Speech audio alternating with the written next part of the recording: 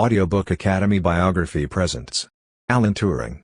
His contributions to mathematics included cryptanalysis and logic, as well as to the fields of computer science, cognitive science, artificial intelligence and artificial life.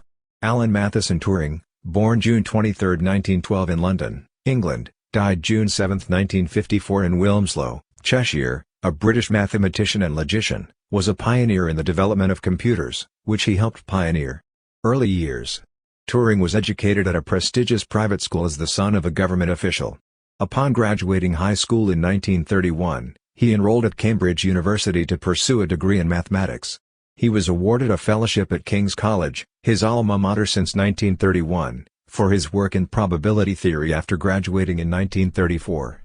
As a result of Alonzo Church's recommendation of Turing's on computable numbers, with an application to the Untitled decision problem, for publication in 1936, Turing's foundational paper on computable numbers was published. Computer science was profoundly influenced by Turing's method, but not Church's. Under Church's guidance, Turing completed his Ph.D. at Princeton University later that year, completed in 1938. The Untitled problem. To be considered effective, a strategy for solving a problem ought to have the ability to be carried out in the hands of an actual mathematician. Human computers performed some of the tasks later performed by electrical computers during Turing's day when rote workers were referred to as computers. At its core, the Untitled problem was concerned with finding a mechanism for establishing exactly how many mathematical propositions can be proved in any given formal mathematical system and how many can't. A decision method is a technique for determining this information.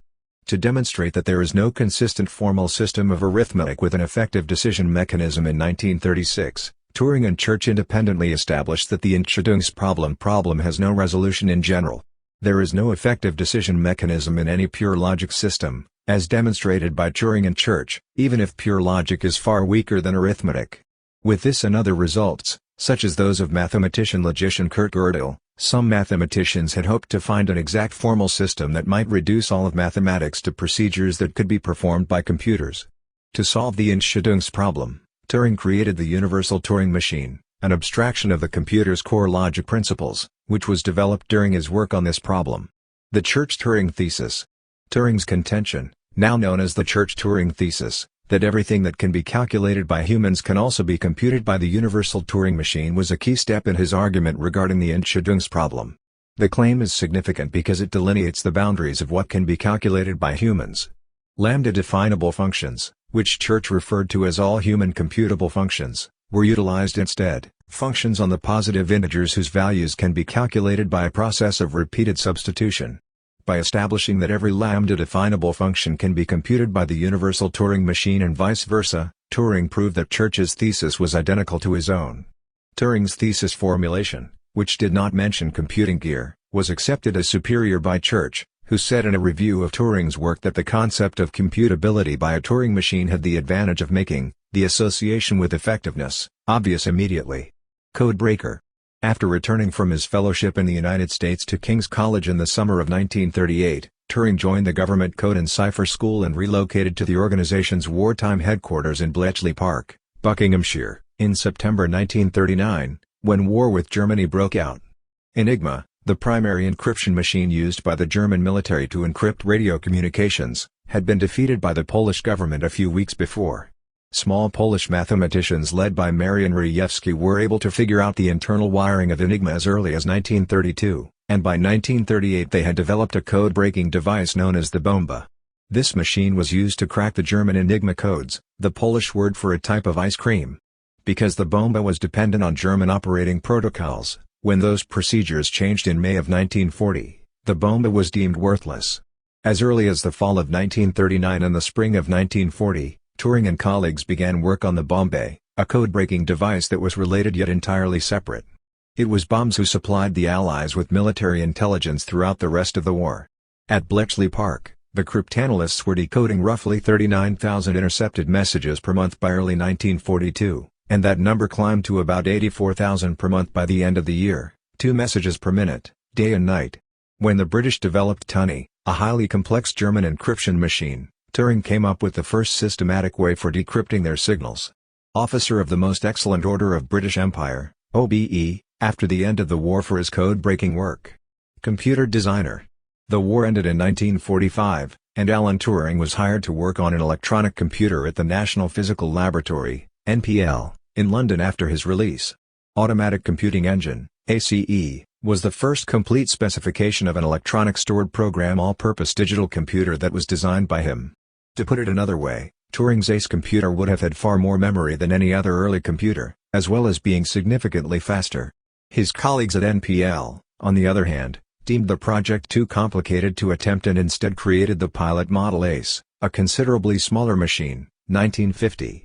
The Royal Society Computing Machine Laboratory at the University of Manchester won the competition to create the world's first operational electronic stored program digital computer in June 1948, beating NPL to the punch. Turing resigned as deputy director of the Computing Machine Laboratory that year, discouraged by the delays at the National Physical Laboratory. There was no director. The Manchester Computer Project was heavily influenced by his prior theoretical work on a universal Turing machine. After Turing arrived at Manchester, he was primarily responsible for designing the computer's input-output system and its programming system.